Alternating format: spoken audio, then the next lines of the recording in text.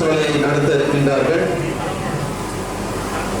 திருச்சடை எனும் அன்பினால் தாயனும் இனியவள் என்ற தலைப்பிலே இப்பள்ளியிலே முன்னாள் ஆசிரியராக பணியாற்றிய சிறுகதை எழுத்தாளர் திரு கே.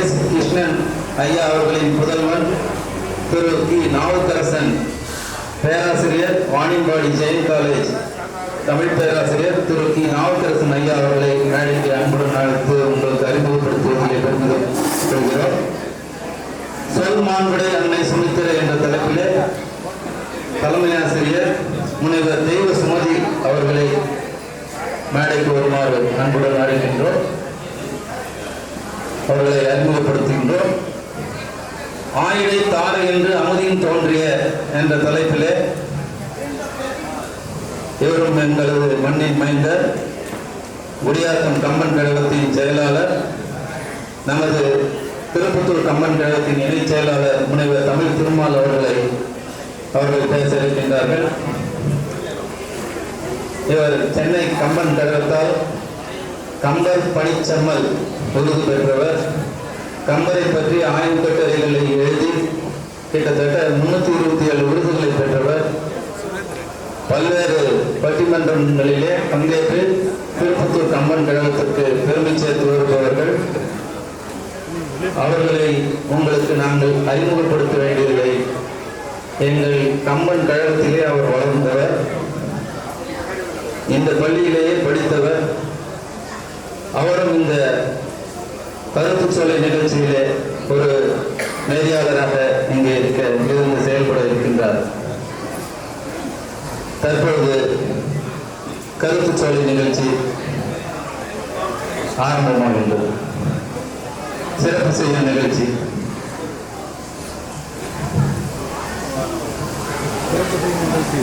தற்பொழுது நிகழ்ச்சி கொடையாளர்களுக்கு சிறப்பு செய்யும் நிகழ்ச்சி கல்வி அறக்கட்டளை நிறுவனர் திரு ஜி. பொன்னுசாமி அவர்களுக்கு சிறப்பு செய்யப்படுகிறது. தலைவர் அவர்கள் கம்பன் கழக தலைவர் சிறப்பு செய்கின்றார்.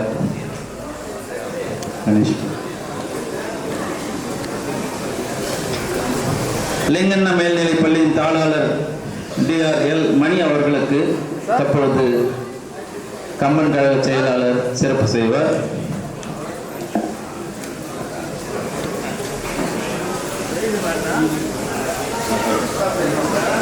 நகராட்சி அலுவலர் திரு A.M. நடராஜன் அவர்களுக்கு பொருளாளர் திரு K.M. சுப்பிரமணிய ஐயா அவர்கள் சிறப்பு செய்வார். திரு M.R.R. மனோகரன் அவர்கள் சிறப்பு செய்வார். நகராட்சி அலுவலர் A.M. நடராஜன் அவர்களுக்கு R.R. மனோகரன் அவர்கள் சிறப்பு செய்கின்றார்.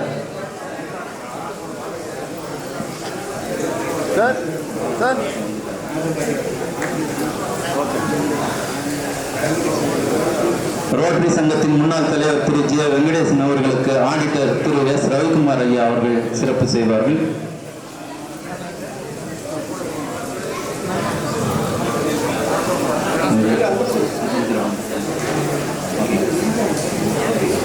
முனைவர் சாகா சுதந்திரா அவர்கள்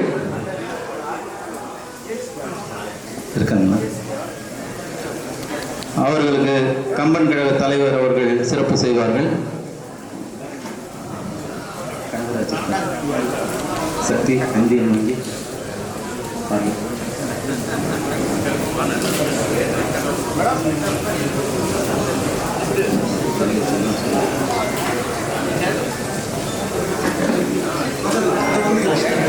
இந்தியன் வங்கி திரு சக்தி அவர்களை மேடைக்கு வருமாறு அன்புடன் அழைக்கின்றோம். அவருக்கும் தலைவர் அவர்கள் சிறப்பு செய்வார்கள்.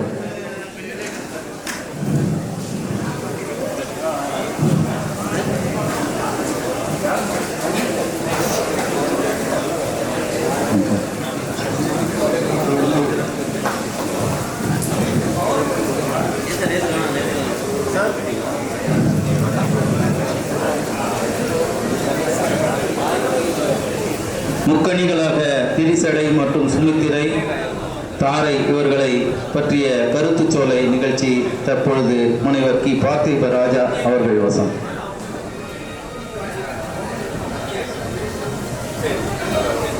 தலைவர் அவர்கள் சிறப்பு செய்வார்கள்.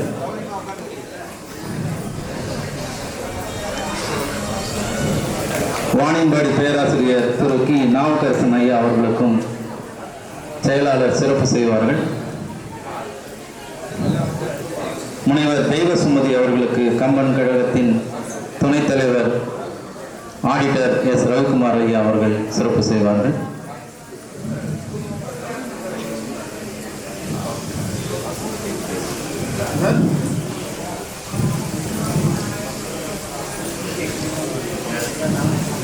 முனைவர் தமிழ் திருமால் அவர்களுக்கு முடிஞ்சிச்சு சொல்லிட்டு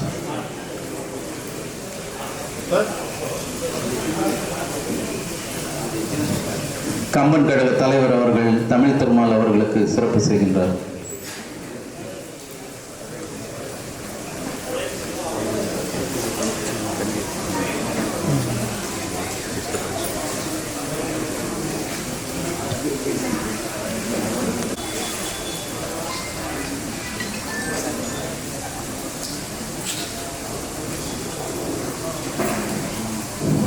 சிறப்பு செய்தவர்களுக்கும் சிறப்பினை ஏற்றுக்கொண்டவர்களுக்கும் கம்பன் கழகத்தின் சார்பில் நன்றி தெரிவித்துக் கொள்கின்றோம். தற்பொழுது கருத்துச்சோலை நிகழ்ச்சி ஆரம்பம். நிறைய கன்னித்தமிழ் வாழ்க. இப்புவிதனில் வாழும் மரங்களும் இன்ப நறுமலர் பூஞ்செடி கூட்டமும் அந்த மரங்களை சூழ்ந்த கொடிகளும் ஔடத மூலிகை புல் பூண்டு யாவையும் எந்த தொழில் செய்து வாழ்வனவும் மானுடர் உழாவிடினும் வித்து நடாவிடினும் வரம்பு கட்டாவிடினும் அன்றி நீர்வாய்ச்சாவிடினும் வானுலகம் மழை தருமேல் மண்மீது மரங்கள் வகை வகையான நெற்கள் புற்கள் யாவும் மலிந்திருக்கும் அன்றே யான் எதற்கும் அஞ்சுகளேன் மானுடரே நீர் என் மதத்தை கைக்கொள்மின் பாடுபடல் வேண்டா ஊனுடல் வருத்தாதீர் உணவு இயற்கை கொடுக்கும் உங்களுக்கு தொழில் இங்கே அன்பு செய்தல் கண்டீர். பெருமைமிகு திருப்பத்தூர் கம்பன் கழகத்தினுடைய 47வது ஆண்டு கம்பன் விழாவின் கருத்துச்சோலை நிகழ்வை மிகச் சிறப்பாக நடத்தி கொண்டிருக்கக்கூடிய கம்பன் கழகத்தினுடைய தலைவர் பெருந்தகை அவர்கள், செயலாளர் ஐயா அவர்கள், பொருளாளர் ஐயா அவர்கள் உள்ளிட்ட அனைத்து கம்பன் கழக நிர்வாகிகளுக்கும் நேரம் கருதி எங்களுக்கு உரிய நேரம் அது இயற்கையில் வழங்கப்பட்டிருந்தால் நாம் விரிவாக பேசலாம், நேரம் இல்லை. எனவே அனைத்து பெருமக்களுக்கும், மேடையிலே அமர்ந்திருக்கக்கூடிய பெரியவர்களுக்கும், மேடைக்கு முன்னாலே அமர்ந்து எங்களை ஆசீர்வதித்துக் கொண்டிருக்கக்கூடிய அறிஞர் பெருமக்கள் அனைவருக்கும் இந்த கருத்துச்சோலை குழுவினருடைய சார்பிலே மனமார்ந்த முதற்கண் வணக்கங்களை பணிவோடு தெரிவிப்பதில் நான் மகிழ்ச்சியும் பெருமிதமும் அடைகிறேன். அன்பிற்கினியவர்களே, செவி நுகர் கனிகள் என்று இந்த அரங்கத்திற்கு பெயர் கொடுத்திருக்கிறார்கள். கம்பராமாயணத்தினுடைய நாட்டு படலத்தில் கோசல நாட்டினுடைய சிறப்பினை கம்பநாட்டாழ்வான் வர்ணித்துக் கொண்டு வருகிற போது அந்த நாடு எப்படி இருந்தது என்று சில செய்திகளை அடுக்கடுக்காக சொல்லுகிறார். கம்பநாட்டாழ்வான் இப்படி சொல்லுகிறான்: கோதைகள் சொறிவன குளிர் இள நரவம், பாதைகள் சொறிவன பருமணி கனகம், ஊதைகள் சொறிவன உரை நரும் அமுதம், காதைகள் சொறிவன செவி நுகர் கனிகள் என்று கம்பநாட்டாழ்வான் சொல்லுகிறார். அதாவது பெண்கள் தலையிலே சூடக்கூடிய அந்த மலர் இருக்கின்றதே, அந்த மலர் மாலைகள் தேனை பொழிவனவா, கப்பல்கள் பொன்னை குவிக்கக்கூடியவன, காற்று என்பது உயிரை காக்கக்கூடிய அமுத துளிகளை சொறிவன, கவிஞர்களுடைய காப்பியங்கள் செவிக்கு இனிய பாடல்களை தருவன. காப்பியங்கள் அந்த கவிதை எப்படிப்பட்டன என்றால் செவிக்கு இனிய பாடல்களை தருவன. செவி நுகர் கனிகள் என்று கம்பநாட்டாழ்வான் தரக்கூடிய அந்த சொற்றொடரை இந்த அரங்கத்தில் நாம் வைத்திருக்கிறோம். காவியங்கள் படிக்கப்படுவதுதானே நம்முடைய தமிழ் மரபில். காவியங்கள் மட்டுமல்ல, பிற இலக்கியங்கள் படிக்கப்படுபவை மட்டுமல்ல, அவை கேட்கப்படுபவை. ஒரு வாய்மொழி மரபு என்பது மிக ஆழமாக அழுத்தமாக இருந்த மரபு தமிழ் மரபு.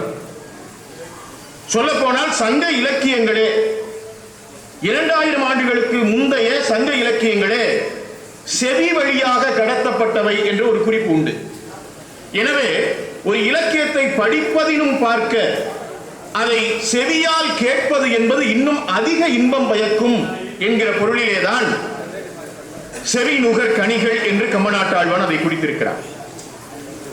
பெரியவர்களே, இந்த அரங்கிலே கம்பநாட்டாழ்வான் வடித்திருக்கக்கூடிய ஏராளமான பாத்திரங்களில் கதைத்தலைவன் ராமபிரான் இருக்கிறான், கதை தலைவி சீதா பிராட்டி இருக்கிறாள், எதிர்நிலை தலைவன் ராவணன் இருக்கிறான்.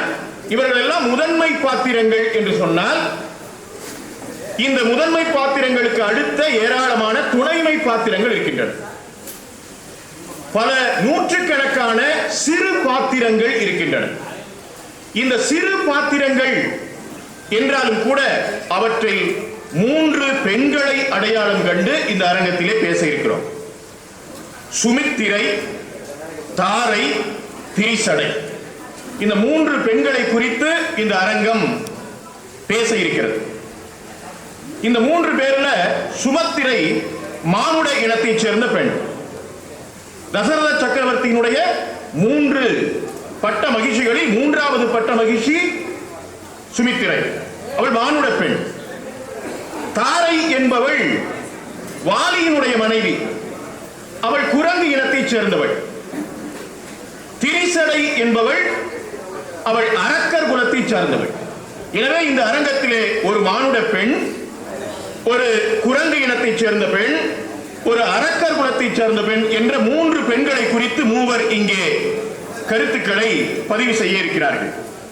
பெரியவர்களே, காரைக்குடி கம்பன் கழகம் தாய் கழகம். காரைக்குடி கம்பன் கழகம் 4 நாள் விழாக்களை நடத்தும். 3 நாள் கம்பன் மணிமண்டபத்தில் நடக்கும். 4வது நாள் கவிச்சக்கரவர்த்தி கம்பனுடைய திருவுடல் அடங்கி இருக்கக்கூடிய நாட்டரசன் கோட்டையில் நடக்கும். கம்பராமாயணத்தை பற்றி மிக விரிவாக எழுதியிருக்கக்கூடிய பேராசிரியர் சுப்புரெட்டியார் அவர்கள் இந்த கம்பனுடைய சிறு பாத்திரங்களை குறித்து ஒரு சிறு நூல் எழுதியிருக்கிறார். அதுல முகவுரையில் ஒன்று சொல்றாரு, நாங்கள் 3 நாட்கள் காரைக்குடி கம்பன் கழகத்தில் விழாவில் கலந்து கொண்டோம். 4வது நாள் நாட்டரசன் கோட்டை கவிச்சக்கரவர்த்தி கம்பனுடைய உடல் அடக்கம் செய்யப்பட்டிருக்கக்கூடிய அந்த நாட்டரசன் கோட்டைக்கு புறப்பட்டோம். ஒரு பேருந்து நிறைய ஆட்கள். ஒரு சிற்றுந்துல உணவு, சிற்றுண்டி, மற்ற தேவையான குடிநீர் இதெல்லாம் எடுத்துட்டு போறோம். பேருந்தில் போய்கொண்டிருக்கும் போது ஒருவருக்கு தாகம் எடுக்கிறது, தண்ணீர் தாகம் எடுக்குது. தண்ணீர் வேணும்னு கேட்கிறாரு. காரைக்குடியிலிருந்து தண்ணிய அண்டாவுல ரொப்பி பேருந்துல ஏத்திட்டு போறாங்க. இப்ப தண்ணீர் இருக்கிறது பேருந்துல, ஆனால் தாகம் என்று அவர் கேட்கிற போது கொடுப்பதற்கு அந்த அண்டாவில் இருந்து மொண்டு அள்ளி கொடுப்பதற்கு சொம்போ அல்லது டம்ளரோ சிறு பாத்திரங்கள் அங்க இல்ல. சிறு பாத்திரங்கள் மற்ற சிற்றுண்டுல வந்துட்டு இருக்கு. அப்போ சுப்புரெட்டியார் சொல்றாரு, அண்டா நிறைய தண்ணீர் இருக்கிறது, ஆனால் தாகத்திற்கு அருந்த முடியவில்லை. இதுதான் சிறு பாத்திரங்களுடைய தேவை. நீங்கள் சிறிய பாத்திரங்கள் இல்லை என்றால் பெரிய பாத்திரத்தில் இருந்து நீரை கொண்டு அள்ளி குடிக்க முடியாது என்று சொல்லுகிறார். ஒரு காவியத்தில் சிறு பாத்திரங்களுடைய இடத்தை சுப்புரெட்டியார் அந்த இடத்துல சொல்றார். அப்போ கம்பநாட்டாழ்வானுடைய இந்த ராம அவதாரம் என்கிற இந்த கம்பராமாயணத்தை முழுவதுமாக உள்வாங்கிக் கொள்வதற்கு முதன்மை பாத்திரங்கள் மட்டும் போதாது, அதில் இருக்கக்கூடிய சிறு பாத்திரங்களும் துணை செய்யும். சிறு பாத்திரங்களை கொண்டுதான் நாம் அந்த முதன்மை பாத்திரங்களை புரிந்து கொள்ள முடியும். எனவே அந்த சிறு பாத்திரங்கள் அவ்வளவு முக்கியமானவை என்பதற்காக சொல்கிறேன். ஒரு காவியம் என்பது ஒரு மாட மாளிகை என்றால் அதிலே வெளிச்சத்தை கொண்டு வரக்கூடிய, காற்றை கொண்டு வந்து உள்ளே சேர்க்கக்கூடிய பலகனி என்னும் ஜன்னல்கள் தான் சிறு பாத்திரங்கள். எனவே இந்த சிறு பாத்திரங்கள் மிகவும் முதன்மையானவை. வாசலிலே இடப்படக்கூடிய கோலம் இருக்கிறது, அந்த கோலத்துல புள்ளி வைத்து கோலமிடுகிறோமே, அப்படிப்பட்ட புள்ளிகளை போன்றவை இந்த சிறு பாத்திரங்கள். சரி, இந்த சிறு பாத்திரங்கள் என்ன விதமான பணிகளை செய்கின்றன அப்படின்னு சொன்னா 3 முக்கியமான பணிகளை செய்கின்றன. நான் அதை மட்டும் சொல்லி அவர்களை பேச அழைத்து விடுகிறேன். ஏனென்றால் நான் நேரடியாக தலைப்புக்குள்ள போகல. அவர்கள் பேசி முடித்த பிறகு அதை ஒட்டி சில கருத்துக்களை சொல்லி இந்த அரங்கத்தை நாம் மிக விரைவாக நிறைவு செய்வோம். 3 நோக்கங்கள் சிறு பாத்திரங்களுக்கு. முதலாவது, ஒரு சிறு பாத்திரம் இருக்கிறது என்றால் அவர்கள் ஏதாவது ஒரு வகையில் அந்த காப்பியத்தினுடைய வளர்ச்சிக்கு துணை செய்வார்கள். காவியத்தினுடைய திருப்பு முனைகளாக கூட அமைவார்கள். நீங்க ராமாயணத்துல ராமாயணத்தினுடைய திருப்பு முனை டர்னிங் பாயிண்ட் சொல்றமே, அப்படி அதை மடை மாற்றுவது அந்த காரியத்தை செய்தது யாரு? கூனி என்கிற ஒரு சிறு பாத்திரம். கடுகு சிரித்தாலும் காரம் போகாதுன்னு சொல்லுவாங்கல்ல, அப்படி ஒரு சிறிய பாத்திரம் மிகப்பெரிய மாற்றத்தை செய்திருக்கிறது. எனவே சிறு பாத்திரங்கள் இப்படி ஒரு திருப்பு முனையாக அமையும் என்பது ஒன்று. இரண்டாவது, காவிய தலைவனுடைய குணநலன்களை புலப்படுத்தி காவியத்தினுடைய ஒன்பான் சுவைகள், நவரசங்கள் சொல்றமே, அப்படி ஒன்பான் சுவைகளை காவியம் முழுவதும் ஒளிரும்படி செய்பவர்கள் இந்த சிறு பாத்திரங்கள். மூன்றாவது, இந்த சிறு பாத்திரங்களுடைய துணையை கொண்டுதான் காவியத்தில் வரக்கூடிய சில நிகழ்ச்சிகளை கவிஞன் காவிய பண்புடன் அமைத்து காட்டுவான். அப்ப இந்த மூன்று பாத்திரங்களையும் இந்த டெஃபினேஷன்ல வச்சு பார்ப்போம். மிக முக்கியமான மாற்றங்களை ஏற்படுத்துவார்கள், தாக்கத்தை ஏற்படுத்துவார்கள், தலைவனுடைய குண இயல்புகளை வெளிப்படுத்துவார்கள். மிக முக்கியமான கதையினுடைய நிகழ்ச்சிகளை ஒரு கவிஞன் இந்த துணை பாத்திரங்களை கொண்டு, சிறு பாத்திரங்களை கொண்டுதான் நிறுவுவான் அப்படிங்கிறத நம்ம பார்க்கலாம். இந்த மூன்றும் இங்கே நாம் பார்க்கக்கூடிய சுமித்திரைக்கு எப்படி பொருந்துகிறது, தாரைக்கு எப்படி பொருந்தது, திரிசடைக்கு எப்படி பொருந்தது அப்படின்னா இந்த டெஃபினிஷன் அப்படியே முழுவதுமாக மிகச்சரியான சட்டகமாக பொருந்துகிறது அப்படின்னு பார்க்கலாம். அப்ப அந்த அடிப்படையில் நான் ஏற்கனவே சொன்னதை போல இந்த மூன்று பாத்திரங்கள் சிறிய பாத்திரங்களாக இருந்தாலும் கூட இந்த நாம் பார்த்த இந்த மூன்று பண்புகளில் ஏதோ ஒரு அழுத்தமான தாக்கத்தை ஏற்படுத்துகின்றன. எனவே இந்த மூன்று பாத்திரங்களையும் சிந்திப்பது என்பது ஒரு வகையில் கம்பராமாயணத்தினுடைய ஒட்டுமொத்த சிறு பாத்திரங்களினுடைய போக்கை புரிந்து கொள்ள வாய்ப்பாக இருக்கும். ஒரு பானை சோற்றுக்கு ஒரு சோறு பதம் சொல்லுவாங்க. இன்னைக்கு நாம ஒரு மூன்று சோற்றை பதமாக பார்க்க இருக்கிறோம். அதில் மிக வகைக்கு ஒன்றாக அது மானுட பெண்ணாகவும், குரங்கு இனத்தைச் சேர்ந்த பெண்ணாகவும், அரக்க இனத்தைச் சேர்ந்த பெண்ணாகவும் இந்த மூன்று பதங்களை பார்ப்பதற்காக இங்கே அறிஞர் பெருமக்கள் இங்கே வருகின்றிருக்கிறார்கள். நான் இந்த அளவில் என்னுடைய முகவுரையை சொல்லி அவர்களை பேச அழைக்கிறேன். அவள் வீடனுடைய மகள், அறவே வடிவான வீடனுடைய மகளாக இருக்கக்கூடிய திரிசடை சீதையினுடைய தோழியாக இருந்தால், சீதை திரிசடையை பற்றி, திரிசடையோட கூடவே இருக்கிற அரக்கர் குல பெண்கள்ல திரிசடை இருக்கா, அரக்கர் குல பெண்கள் அவளை அச்சுறுத்துகிறார்கள், சீதா பிராட்டியை அச்சுறுத்துறாங்க. ஆனால் அந்த அரக்கர் குல பெண்களில் சீதா பிராட்டிக்கு தோன்றா துணையாக தோழியாக விளங்கக்கூடியவள் திரிசடை. அவருடைய சிறப்பு என்னன்னா, திரிசடைய சீதா பிராட்டி 3 இடங்களில் அன்னை என்று விழித்து பேசுறார். அன்னை என்று சீதா பிராட்டியால் விழித்து பேசப்பட்ட அரக்கர் குலத்தை சார்ந்த திரிசடையை குறித்து முதலாவதாக பேராசிரியர் கி. நாவுக்கரசர் அவர்கள், வாணியம்பாடி மருதகேசரி ஜெயின் கல்லூரியினுடைய தமிழ் பேராசிரியர் அவர்கள் உரை நிகழ்த்த வருகிறார்கள். அவர்களை அன்பு பாராட்டி அளிக்கிறேன். இறைவன் படைத்தனன் தன்னை நன்றாய் தமிழ் செய்யுமாறு 24வது ஆண்டு 47வது ஆண்டாக மிகச் சிறப்பாக இங்கே கம்பன் விழா கொண்டாடப்பட்டு வருகிறது. நான் படிக்கக்கூடிய காலத்தில் இங்கே இந்த நாட்டுப்பணி நலத்திட்ட மாணவர்களைப் போல இந்த மேடையில் நானும் அங்கும் இங்குமாக செல்கிற இந்த அனுபவத்தை பெற்றவன் தான். இந்த மேடைக்கு பின்புறமாக இருக்கிற இந்த வகுப்பறையிலே தான் நான் மாணவனாக பயின்றேன். என்னுடைய தந்தையாருடைய பாதம் இந்த பள்ளியில் இருக்கிற எல்லா தடத்திலும் பதிந்திருக்கிறது என்கிற அந்த நினைவுகளோடு இங்கே உங்களோடு திரிசடை என்கிற இந்த கருத்தரங்கத்தினுடைய தலைவர் அவர்கள் அரக்கர் குலத்தை சார்ந்த ஒரு பெண்ணை இங்கே உங்களுக்கு அறிமுகப்படுத்துகிறோம் என்று கூறினார்கள். என்னுடைய மகன் பெயர் சொல்லின் செல்வன். கை தட்டலாம் நீங்க. ராமாயணம் எங்கள் குடும்பத்தோட ரொம்ப நெருக்கமா இருக்கு. எங்கள் குடும்பத்தில் பெண் வாரிசு என்று ஒன்று இனி பிறக்கும் என்றால் அது பேத்தியா கூட இருக்கலாம். சத்தியமாக சொல்லுகிறேன், திரிசடை என்றுதான் பெயரை வைப்பேன்.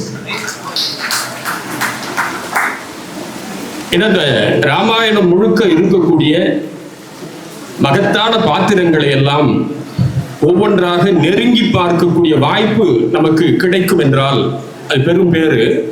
கிடைக்கும் என்றால்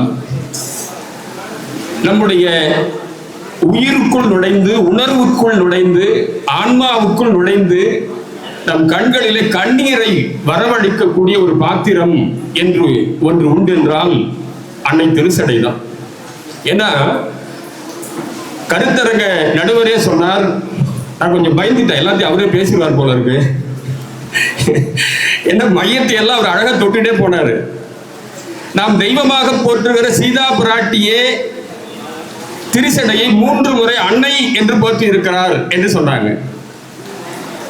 அது மட்டும் இல்ல, தெய்வம் என்றும் போற்றி இருக்கிறார். என்னை காக்கும் தெய்வம் நீ என்று போற்றி இருக்கிறார். அது மட்டுமல்ல, அக்னி பிரவேசம் முடியுது. அதன் பிறகு அந்த புட்பக விமானத்தில் ஏறி அவர்கள் கிளம்ப போகிறார்கள். அந்த நேரத்தில் திருசடை சீதையை தேடி வந்து அவளுடைய பாதத்தில் விழுந்து வணங்குகிறார். இது கடைசியாக நிகழ்கிற பிரியா விடை. அந்த நேரத்தில் சீதா பிராட்டி அவளுக்கு சொன்ன அந்த ஆசி என்னவென்றால், நீ எனக்கு தெய்வமாக இருந்து என்னை காப்பாற்றினாய். 3 முறை நான் மரணத்துக்குள்ளே போய்விட்டு வெளியே வந்தேன் என்றால் என்னை தூக்கிவிட்ட பெருமை உனக்கு உரியது. என்னை எல்லோரும் தெய்வம் என்று கொண்டாடி கொண்டிருந்தாலும் எனக்கு நீதான் தெய்வம். இப்போது நான் இங்கே கிளம்ப போகிறேன். இந்த இலங்கை தேசத்திற்கு நீ தெய்வமாக இரு, அணங்காக இரு என்று வேண்டிக் கொள்கிறார். கம்பன் கழகத்து தலைவர், செயலாளர், பொருளாளர், அன்பிற்கினிய மற்ற அங்கத்தினருடைய திருப்பாதங்களை எல்லாம் என்னுடைய தலை மீது வைத்துக் கொள்ளுகிறேன். இந்த வருண பகவானுடைய அந்த தாக்குதலை எல்லாம் கடந்து இந்த விழாவை மிகச் சிறப்பாக நடத்தி விட வேண்டும் என்கிற உன்னதமான நோக்கத்தை முன்னிறுத்தி இங்கே இந்த விழா சிறப்பாக நடந்து கொண்டிருக்கிறது. உங்கள் அத்தனை பேருடைய திருப்பாதத்திலும் என்னுடைய தலையை வைத்து வணங்குகிறேன். இது உலகத்தில் எங்கும் நடக்காது. இத்தனை இடர்பாடுகளுக்கு இடையே காலுக்கு அடியில ஒரு 4 அடி தண்ணீர் இருந்தது 1 மணி நேரத்துக்கு முன்னாடி. எத்தனை முயற்சி, எவ்வளவு, இத்தனை எதற்காக நடக்கிறது என்றால், இங்கே இந்த போபாலிலே கம்பன் கழகத்தை நடத்த போகிற அன்பிற்கினிய இனியவர் சொன்னாரே, அதை போல என்னை அங்கிருந்து போபாலிலே இருந்து இங்கே கொண்டு வந்தது கம்பன். கீழேயும் ஈரம், மேலேயும் ஈரம், நாங்கள் தாங்கி நிற்போம் என்று நம்மை இங்கே இருக்க வைத்திருப்பதும் கம்பன் தான். அந்த வகையில் மிக சுருக்கமாக பேச வேண்டும் என்று தம்பி கேட்டுக்கொண்டார்கள். இங்கே ஒரு செய்தியை மட்டும் பதிவு செய்து அடுத்து நான் என்னுடைய பேச்சுக்குள்ள போயிடலாம்னு நினைக்கிறேன். ஒரு மனிதனை அளவீடு செய்வதற்கு 2 வழிகள் இருக்கு. ஏன்னா நம்ம சமூகத்தோடு தொடர்பு கொள்ளுகிற போது 99% முகமுடி அணிந்து கொண்டிருக்கிறோம். ஒருவர் நல்லவரா கெட்டவரா என்பதை தெரிந்து கொள்ள வேண்டும் என்றால் 2 சோதனைகளை நிகழ்த்தினால் நம்ம கண்டுபிடிச்சிடலாம். இது உளவியல் அறிஞர்களும் சொல்லி இருக்கிறார்கள், பலருக்கும் தெரிந்த உண்மை. 1, பதவியை கொடு, ஒருத்தர் பத்தி நம்ம தெரிஞ்சுக்கலாம், உண்மையான இயல்பு என்னன்னு தெரிஞ்சிடும். 2வது நெருக்கடியை கொடு, எல்லையில்லாத துன்பத்தை கொடு. அப்பவும் அவர்களுக்குள்ளே மறைத்து வைத்திருக்கிற அந்த மனித உருவம் என்பது வெளிப்பட்டுரும். பதவியை கொடுத்தும் இந்த உலகத்தில் மாறாமல் இருக்க வேண்டும் என்று நமக்கு கற்றுக் கொடுத்தவன் யாருன்னா பரதாழ்வார். பரதாழ்வார் கற்றுக் கொடுத்தார். அவருக்கு 2 பேர் சான்றிதழ் கொடுத்தாங்க. ஒருத்தன் குகன் கண்களிலே கண்ணீர் வடிய வடிய சொல்லுகிறான், நான் தொலைவிலே உன்னை பார்த்து உன்னை பகைத்தேன், எதிரி என்று நினைத்தேன், உன்னை கொல்ல நினைத்தேன். அருகிலே வந்த பிறகுதான் பண்பிலே நீ உயர்ந்து நிற்கிறாய். நான் சொல்லுகிறேன், என் தலைவன், என் தெய்வன் ராமன், உன் முன்பு 1000 ராமர் நின்றால் கூட ஒருவர் ஆக முடியாதப்பா என்று கைகளை தலைக்கு மேலே வைத்து சொன்னார். முதல் சான்றிதழை பெற்றார். 2வது சான்றிதழ், ராமாயணம் முடிய போகிற நேரத்தில் தன்னை முடித்துக் கொள்ள துணிந்தான் பரதன். சொன்ன நேரத்தில் வரவில்லை என்றால் நான் 3 முறை வலம் வந்து இந்த தீக்குள்ளே நான் இறங்குவேன் என்று 2வது அக்னி பிரவேசம். முதலில் 1 அங்கே முடிந்தது, 2வது அக்னி பிரவேசம். அப்போ ராமனை பெற்ற பரதனை வளர்த்த கோசலை சொல்லுகிறாள், அப்பா லட்சக்கணக்கான ராமர் கூட உன் முன்னாடி நிற்க முடியாது ஐயா, உன்னுடைய தியாகத்துக்கு முன்னாடி நிற்க முடியாது ஐயா என்று கோசலை சொன்ன அந்த சான்றிதழையும் பரதன் பெற்றான் என்றால் நமக்கு பரதன் தான் வழிகாட்டி. கம்பர் காட்டுகிற வழியில் பதவி வரும்போது பணிவு வர வேண்டும் தோழா என்று பிற்காலத்தில் கவிஞர் பாடியதனுடைய நுட்பம் அதுதான். பதவியை கொடுத்தா ஒருவருக்குள்ளே ஒளிந்து கொண்டிருக்கிற மனிதர் வெளியில வந்துருவார். அடுத்த இரண்டாவது இருக்கிறது நெருக்கடி. சீதைக்கு வந்தது. சீதைக்கு வந்த மாதிரியான நெருக்கடி ராமாயணத்தில் எந்த பாத்திரத்துக்கும் வரல. முதல் நெருக்கடி சூழ்ச்சியினால் கடத்தப்பட்டார். அது எம்மாதிரி சூழ்ச்சி? தன்னுடைய கணவனுடைய குரலிலேயே மரண ஓலம், இலக்குவா சீதா என்று மரண ஓலம் வருகிற போது அந்த நேரத்தில் அவள் அங்கிருந்து சூழ்ச்சியினால் கடத்தப்படுகிறாள் என்றால் அங்கிருந்து நேராக அசோகவனத்திலே வந்து அவள் சிறை வைக்கப்படுகிறாள். அது பேர் பாருங்க, சோகம்னா துன்பம்னு அர்த்தம், அசோகம்னா துன்பம் இல்லாத இடம்னு அர்த்தம். சீதை அங்கே சிறை வைக்கப்பட்ட உடனே அது சோகம் நிறைந்த வனமாக மாறி போயிட்டு, சாதாரண சோகம் இல்லை.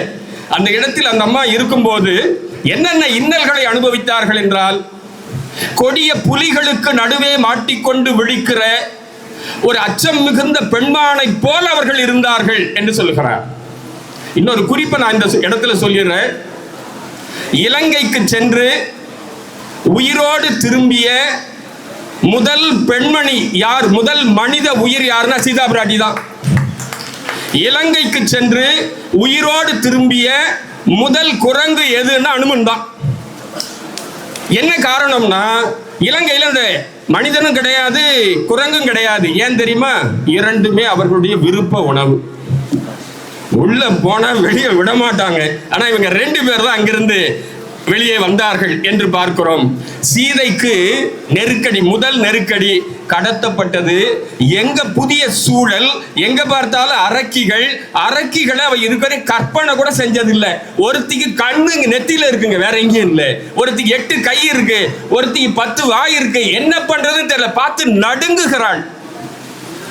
அடுத்து சீதை கடத்தப்பட்ட அந்த சூழல்ல இருந்து, தண்டகாரண்யத்தில இருந்து அடுத்து யுத்தகாண்டத்தினுடைய நடுப்பகுதி வரையில் ஏறக்குறைய 10 மாதங்கள் அக்னி பிரவேசம் வரையில் சீதை அடைந்த துன்பத்தை ஒரே பாட்டுல சொல்லிட்டு போறார் கம்பர். 12 விதமான துன்பங்களை தொடர்ந்து அவள் அனுபவித்தாள்.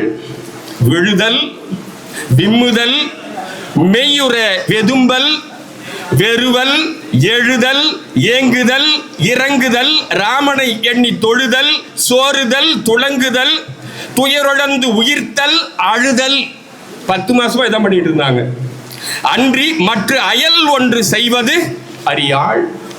இப்படிப்பட்ட மிகப்பெரிய துன்பத்துக்குள்ளே சீதா பிராட்டி இன்னல் பட்டு கொண்டிருக்கிற போது அந்த அரைக்குகளுக்கு மத்தியிலே இருந்த வீடனுடைய இளம் அந்த மகள் தான் யாருன்னா திரிசடை. இந்த பேரே பாருங்க, திரிசடை. திரிசடை என்கிற பெயர் சிவனுக்கு மிக உகந்த வில்வ இலையினுடைய அடையாளம். ஒரு வில்வ கொத்தை எடுத்தோம்னா 3 இதழ்கள் அதுல இருக்கும். அந்த பெயரை தான் வச்சிருக்காங்க. கம்பரை பொறுத்த, இது என்னுடைய தனிப்பட்ட கருத்து தான். நிறைய பேராசிரியர்கள், ஆய்வு செய்கிற அறிஞர்கள்லாம் இருக்கீங்க. நான் எங்கேயும் படிக்கல, இதை தோன்றுவதை சொல்லுகிறேன். கவி சக்கரவர்த்தி கம்பரை பொறுத்த வரையில் திரிசடை மீது ஒரு எல்லையில்லாத அன்பும் மரியாதையும் இருக்குங்க. ஏன்னா மூல கதையில கூட நீங்க பாத்தீங்கன்னா அங்க திரிசடைக்கு கொடுக்காத முக்கியத்துவத்தை கம்பர் அதிகமாக கொடுத்திருக்கிறார். என்ன காரணம் நான் எண்ணி பார்க்கிறேன். என்ன காரணம்னா, அந்த பெயரிலேயே அவருக்கு ஏதோ ஒரு மரியாதையும் அன்பும் பக்தியும் இருக்கு. காரணம், திரி விட்டுருங்க, சடை சடை சடையப்போல் சடையப்போல். ஏன்னா அந்த பாத்திரத்தை பார்த்து பார்த்து செதுக்கிருக்கிறாங்க. கம்பர் பார்த்து பார்த்து பார்த்து செதுக்கிருக்கிறாங்க. அப்போ இந்த திரிசடை என்கிற அந்த கதாபாத்திரம் அவ சீதை இடத்திலே வந்து என்னன்னா, அதுவும் அழகா கம்பர் சொல்லுவாரு, ஆயிடை திரிசடை என்னும் அன்பினால் தாயினும் இனியல். இது கம்பருடைய வார்த்தைங்க. அறிமுகப்படுத்தும் போதே தாயினும் இனியல், தூய. அடுத்து சொல்றாங்க, இனிய சொல் சொல்லும் இருந்தனல் திடிசடை என்னும் இன்சொல் திருந்தினாள். இதான் முதல்ல அறிமுகப்படுத்துறது. இனிமையாக பேசுகிற பண்பு உடையவளாக இருக்கிற அவள். எங்கெல்லாம் இடர்பாடு வந்தது சுருக்கமா நான் சொல்லிடுறேன், நேரத்தினுடைய இடர்பாடு கருதி. எங்கெல்லாம் இடர்பாடு வந்தது? முதல் இடர்பாடு கடத்தப்பட்டது. இரண்டாவது இடர்பாடு என்பது எப்படியாவது இவள் உள்ளத்துக்குள்ளே சப்கான்சியஸ் மைண்ட்ல நுழையணும். ஏன்னா மேலோட்டமாக பார்க்கிற போது சீதை அசைகிற மாதிரி தெரியல, சொன்ன சொல்லுக்கு கட்டுப்படுகிற மாதிரி தெரியல. அவளுடைய ஆழ்மனத்துக்குள்ளே போய் அச்சத்தை உண்டு பண்ணணும், ஆழ்மனத்துக்குள்ளே போய் நம்முடைய கருத்தை விதைக்கணும். அப்போ அங்க அந்த அரண்மனையிலே இருக்கிற அந்த மந்திர ஆலோசனை மையத்தில் ராவணன் ஒரு கூட்டம் போடுகிறான். அந்த இடத்துல அவனுக்கு உறுதுணையாக ஒரு அமைச்சனை போல ஒரு அரக்கன் வரான். அவன் சொல்றான், நான் ஒரு யோசனை சொல்லுகிறேன். மகோத்ரன் என்று அவனுக்கு பெயர். அவன் சொல்றான், ஒன்றும் இல்லை, எல்லா பெண்களுக்குமே அப்பா மேல ரொம்ப அதிக பாசம் இருக்கும். ஏன்னா கணவன் ரொம்ப முக்கியம், அப்பா மேல அதிக பாசம் இருக்கும். அதனால மாயா ஜனகன் மந்திரத்தினால் ஒரு ஜனகனை செய்து கைது செய்து கொண்டு வந்து இவள் முன்னால் நிறுத்தினாள். அவரையே சொல்ல வைத்தால் நிச்சயமாக இவளுடைய மனம் மாறுவதற்கு வாய்ப்பு இருக்கிறது என்று சொல்லுகிற போது அங்கே கைது செய்யப்பட்ட அந்த மாயத்தன்மையுடைய ஜனகன் வருகிறான். சீதை துடிக்கிறாள், அழுகிறாள், புரளுகிறாள். என்னால் இந்த குலத்துக்கு மிகப்பெரிய கேடு வந்ததே என்று புலம்புகிறாள். எப்படிப்பட்டவர் என்னுடைய தந்தை, உலகம் போற்றுகிற மகான், இன்று இங்கே வந்து கையை கட்டி காலிலே விழுகிற ராவனுடைய காலிலே விழுகிறார். அதை பார்த்து வெந்து போய் மனம் வெந்து போய் இருக்கிற போது திரிசடை சொல்லுகிறாள், அம்மா இது உண்மையிலேயே உன்னுடைய தந்தை கிடையாது, இவன் மருத்தன் என்கிற அரசன், மருத்தன் என்கிற அரசன் இங்கே மாய தோற்றத்திலே வந்திருக்கிறான் என்று ஒரு சொல்லிலேயே சீதையினுடைய கண்ணீரை மொத்தமாக துடைத்தெறிகிற ஒரு மகத்தான பாத்திரமாக அந்த இடத்தில் பார்க்க முடிகிறது. இரண்டாவது முயற்சி அது என்ன அப்படின்னா, அந்த இந்திரஜித்தன் மறைந்திருந்து செலுத்திய அந்த வீரியம் மிகுந்த அந்த அம்பினால் அங்கே இருக்கக்கூடிய அனைவருமே, அனுமன் உட்பட, அதே நேரத்தில் வீடனன் உட்பட அத்தனை பேருமே அங்கே மயங்கி கிடக்கிறார்கள். அடுத்து அங்கே வந்த ராமன், அவரும் மயக்கத்துக்கு உள்ளாகிறார். இது தவறாக அரக்கர்களால் புரிந்து கொள்ளப்படுகிறது. அனைவரும் மாண்டு போய்விட்டார்கள். அந்த செய்தி ராவணனுக்கு போய் சேருகிறது. உடனே ராவணன் சொல்லுகிறான், களத்துக்கு சீதையை கொண்டு வா. களங்கான் சீதை களங்கான் படலம். புஷ்பக விமானத்திலே ஏற்றி வருகிறார்கள். சீதை பார்க்கிறார். அது ஏற்கனவே அவள் மூளையில செலுத்தப்பட்ட பதிவு செய்யப்பட்ட கருத்துங்கிறதுனால அதுதான் உலகத்தில் தெரியும். நம்ம என்ன நம்புகிறோமோ அதான் நம்ம கண் முன்னாலே தெரிவதை போல ஒரு மாய தோற்றம் தெரியும்.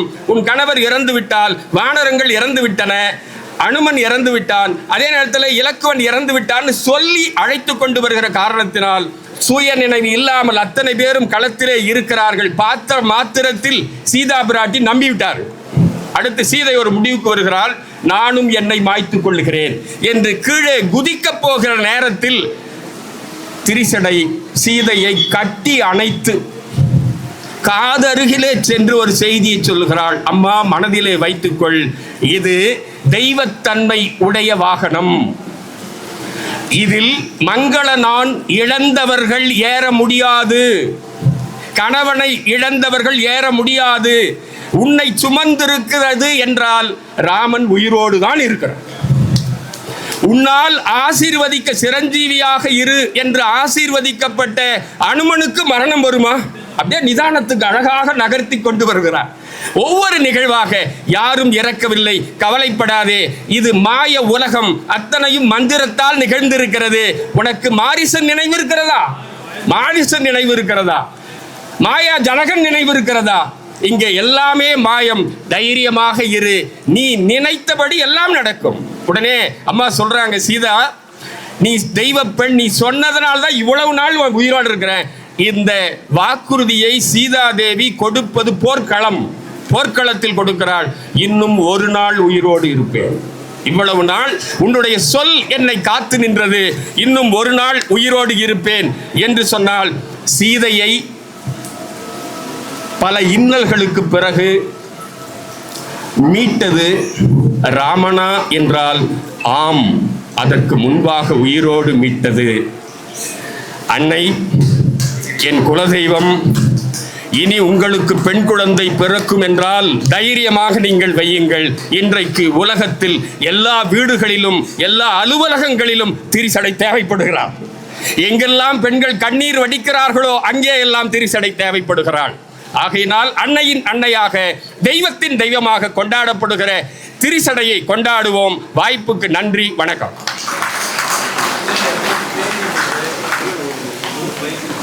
அவர்கள் வழங்கி சென்றிருக்கிறார்கள். ரொம்ப அழகா, இந்த நேரம் இல்லை, எங்களுக்கு கொடுக்கப்பட்ட நேரத்தை விட ஒரு 2 மடங்கு எடுத்துக்கிட்டாரு பேராசிரியர்னா கூட அந்த செய்திகளை மிக சிறப்பாக சொன்னார்.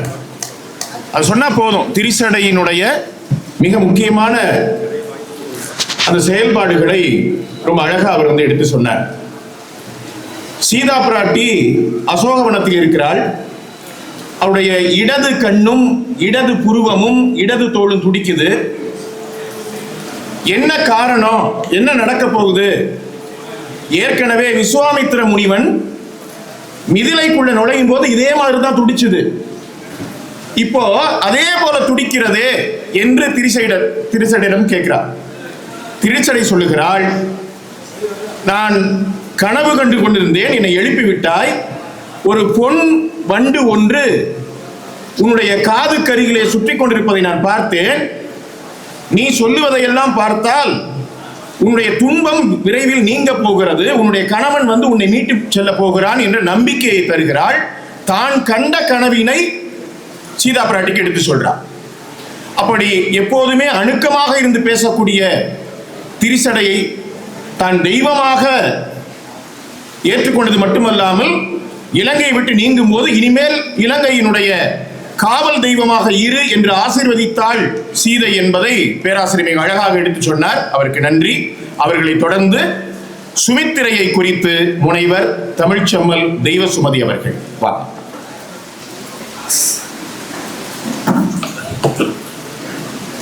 நன்மையும் செல்வமும் நாளும் நல்குமே, திண்மையும் பாவமும் சிதைந்து தேயுமே கருதி சுருக்கமாக சொல்லிக்கொள்ள விரும்புகின்றேன். அனைவருக்கும் பணிவான வணக்கங்கள். எனக்கு சொல்லி இருக்கின்ற தலைப்பு சொல் மாண்புடைய அன்னை சுமித்திரை என்பது 10,368 பாடல்களிலே சுமித்திரை பேசுகின்ற இடம் 2 பாடல்கள் தான். ஒரே ஒரு இடத்துல தான் பேசுகின்றார் சுமித்திரை, அதுவும் 2 பாடல்களாக. கொடுத்ததோ 7 நிமிடம், அதில் 1 நிமிடத்தை தாங்களே எடுத்துக்கொண்டீர்கள். வால்மீகி ராமாயணத்தில் காட்டப்படுகின்ற சுமித்திரைக்கும் கம்ப ராமாயணத்தில் காட்டப்படுகின்ற சுமித்திரைக்கும் ஒரு சிறு வேறுபாடு இருக்கிறது. சுமித்திரையை பற்றி சொல்லும் பொழுது கம்பர் அப்படியே வால்மீகியிலிருந்து மொழிபெயர்த்து தருகின்றாள். அந்த 2 பாடல்களிலே ஒரு பாடலாக ராமம் தசரத மேதி மாம் வித்தி ஜனகாத்மஜ அயோத்தியாம் அடவி வித்தி கச்சதா யதா சுகம். இது வால்மீகி ராமாயணத்துல சுமித்திரை சொல்வதாக இருக்கக்கூடிய ஸ்லோகம். இத அப்படியே கம்பர் மொழிபெயர்க்கிறார். ஆகாதது என்றால் உனக்கு அவ்வனம் இவ் அயோத்தி. சுமித்திரை கைகையிட்ட 2 வரங்களினால ராமர் 14 ஆண்டுகள் காட்டுக்கு போக வேண்டும் என்ற ஒரு நிகழ்வுக்கு பிறகு சுமித்திரைகிட்ட சொல்றதுக்காக 2 பேர் வராங்க. லக்ஷ்மணனோ ராமரும் வருகின்றார்கள் சுமித்திரையினுடைய மாளிகைக்கு. அப்படி வரும் பொழுது செய்தி அறிந்து சுமித்திரை சொல்லுகின்றாள். லக்ஷ்மணனுக்கு ஒரே பதட்டம். எப்படின்னு கேட்டா, இந்த அம்மா சுமித்திரை கிட்ட அனுமதி வாங்கி கொண்டுதான் இப்பொழுது காட்டிற்கு போக வேண்டும். ஒரு மனிதன் காட்டிற்கு போக வேண்டும் என்றால் பெற்ற தாய் தந்தையர்கிட்ட அனுமதி வாங்கிக்கிட்டு தான் காட்டுக்கு போகணும். இது விதி. முன்ன போனது அங்க விஸ்வாமித்திரருக்கு அழைத்த போதும் அவரும் கரிய செம்மல் ஒருவரை தருது என்று குறிப்பிட்டு சொல்லியும் கூட லக்ஷ்மணன் பின்தொடர்ந்து சென்றான். அப்பொழுது அமைதியாக இருந்த சுமித்திரை இப்பொழுது சொல்லுகின்றால் எங்கே தன்னை போக வேணான்னு சொல்லிடுவாங்களோ. ஏன்னு கேட்டா இந்த முதல் பாடலே அவங்க சொல்லுவாங்க, ஆகாதது என்றால் உனக்கு அவ்வனம் இவ் அயோத்தி. எங்க ராமன் இருக்கிறானோ அதுதான் உனக்கு அயோத்தி. மா காதல் ராமன் நம் மன்னவன். உனக்கு தசரதனை பார்க்கணும்னு தோணுதா, ராமனை பார்த்துக்கோ. தாய் என்னை பார்க்கணும்னு தோணுதா, வையம் ஈத்தும் போகா உயிர் தாயர் நம் பூங்குழல் சீத்தை, அவளை பார்த்துக்கோ என்று முதல் பாடல்ல சொன்ன உடனே இவனுக்கு நினைச்சுக்கிட்டான், நான் இப்ப காட்டுக்கு போகிறதுக்கு அம்மா தனக்கு அனுமதி கொடுத்துருவாங்க அப்படின்னு நினைக்கிறான். இருந்தாலும் கூட ஒரு பதட்டம் லக்ஷ்மணனுக்கு இருக்குது. இவங்க பேசிக்கொண்டு இருக்கும் போது கைகேயி 2 மர ஆடைகளை மர உரிகளை கொடுத்து அனுப்புகிறாள் ஒரு சேடியர் இடத்துல. வேலைக்காரங்கிட்ட 2 ஆடை கொடுத்த உடனே லக்ஷ்மணனுக்கு ஒரு சந்தோஷம். ஆஹா, 2 உடை வந்துருச்சு, ஒன்னு அண்ணாக்கு இன்னொன்னு தம்பி தனக்கு, நம்ம எடுத்து போட்டுக்கிட்டா. அவசர அவசரமா முதல்ல ஆடை எடுத்து அணிந்தவன் யாருன்னா லக்ஷ்மணன் தான். ஆடையை போட்டுக்கிட்டா அம்மா வேணான்னு சொல்ல மாட்டாங்க என்று நினைத்து அவன் ஆடையை அணிந்து கொண்டு சுமித்திரையோட காலில் போய் விழுந்துறான். விழுந்த உடனே அம்மா சொன்னா, அம்மா அனுப்ப மாட்டேன்னு சொல்லிட்டா என்ன பண்றது, ஏன்னா இவனும் புது மாப்பிள்ள தான்.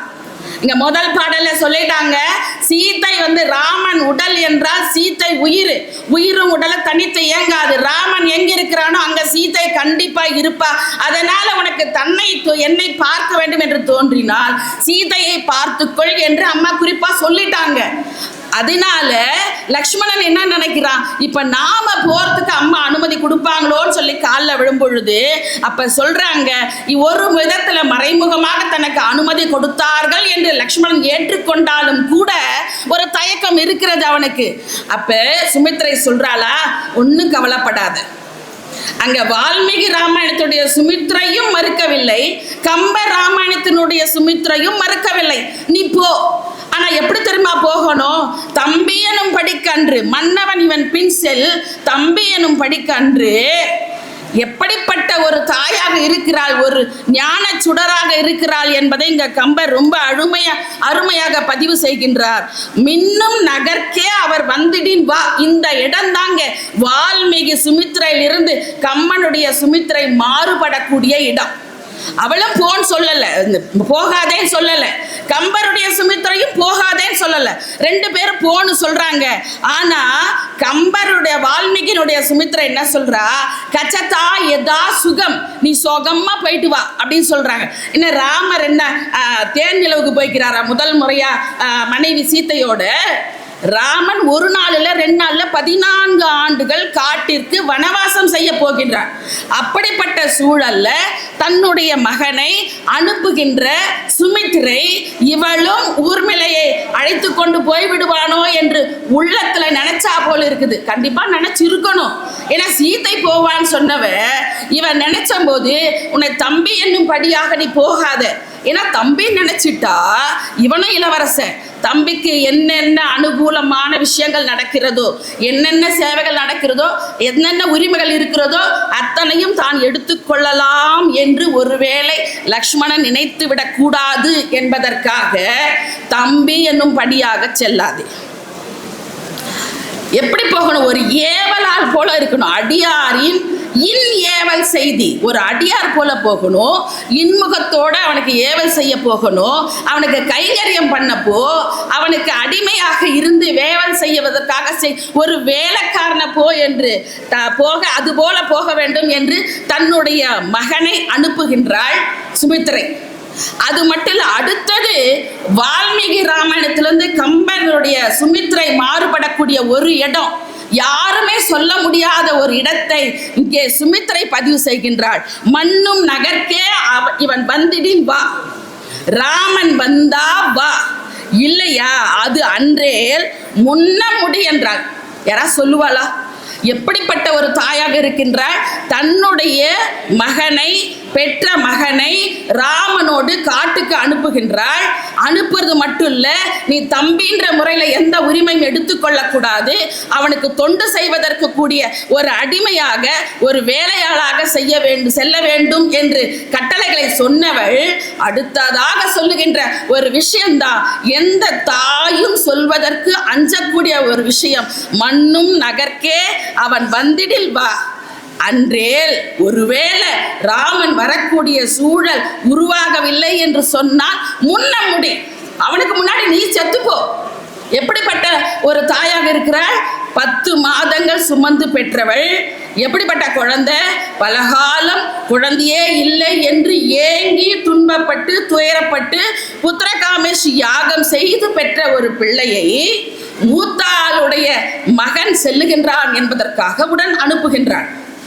கைகேயினுடைய வரம் ராமனை மட்டும்தான் கட்டுப்படுத்துமே தவிர இலக்குவனை கட்டுப்படுத்தாது. அவன் போக வேண்டிய அவசியம் இல்லை. ஆனாலும் கூட இங்கே சுமித்ரையானவள் அனுப்புகின்றாள். பெற்ற தாயை விட ஒரு படி மேலாக, வால்மீகி ராமாயணத்தை விட ஒரு படி மேலாக இருக்கின்ற சுமித்ரை இந்த இடத்துல தான் தன்னுடைய குழந்தையை, தன்னுடைய மகனை ராமனுக்காக, ராமன் வருவதா இருந்தா வா, இல்லையா அவனுக்கு முன்னாடியே இறந்து போ என்று சொல்லுகின்றார். இப்படி ஒரு சூழலில் தான் சுமித்ரையானவள் ஒரு படி விஞ்சு நிற்கிறார். என்னதான் ராமருடைய கதை ராம நடையில் நின்று உயர் நாயகனுடைய மாக்கதை சிறந்திருந்தாலும் கூட அந்த பாத்திரத்திற்கு சுவை சேர்க்கின்றவள் சுமித்ரை. இந்த சுமித்ரையாருடைய கதையை இவ சொன்ன இந்த விஷயம் சீதைக்கு தெரியாது. ராமன் வருவதாக இருந்தால் இந்த அயோத்திக்கு வா, இல்லைன்னா முன்னாடி அவனுக்கு முன்னாடி நீ செத்துப்போன்னு சொன்ன அந்த ஒரு விஷயம், முன்ன முடி என்று சொன்ன விஷயம் சீதைக்கு தெரியாது. ஏன்னா வந்தது அப்ப அவங்க 2 பேர் தான் அனுமதி வாங்கறதுக்கு. ஆனா காட்டுக்கு போகின்ற பொழுது அதே யுத்த காண்டத்துல சீதையை கவர்ந்து சென்ற பிறகு இந்திரஜித் என்ன பண்றா, பிரம்மாஸ்திரத்தால லக்ஷ்மணனையும் மூர்ச்சையாக வச்சிடறான். லக்ஷ்மணன் மூர்ச்சி ஆயிட்டோன்னா அவனை பார்த்த உடனே ராமனும் மூர்ச்சியாகி விடுகிறான். 2 பேரும் மூர்ச்சியாகி பார்த்த உடனே இது அவங்க மயக்கத்துல தான் இருக்கிறாங்க என்பது இந்திரஜித்துக்கு தெரியும், ராவணனுக்கும் தெரியும். ஆனா ஒருவேளை இந்த காட்சியை சீதை பார்த்தா மனம் மாறி விடுவாளோ என்று நினைத்து அவளை புஷ்பக விமானத்தில் அழைத்து வந்து காட்சியை காட்டுறான்.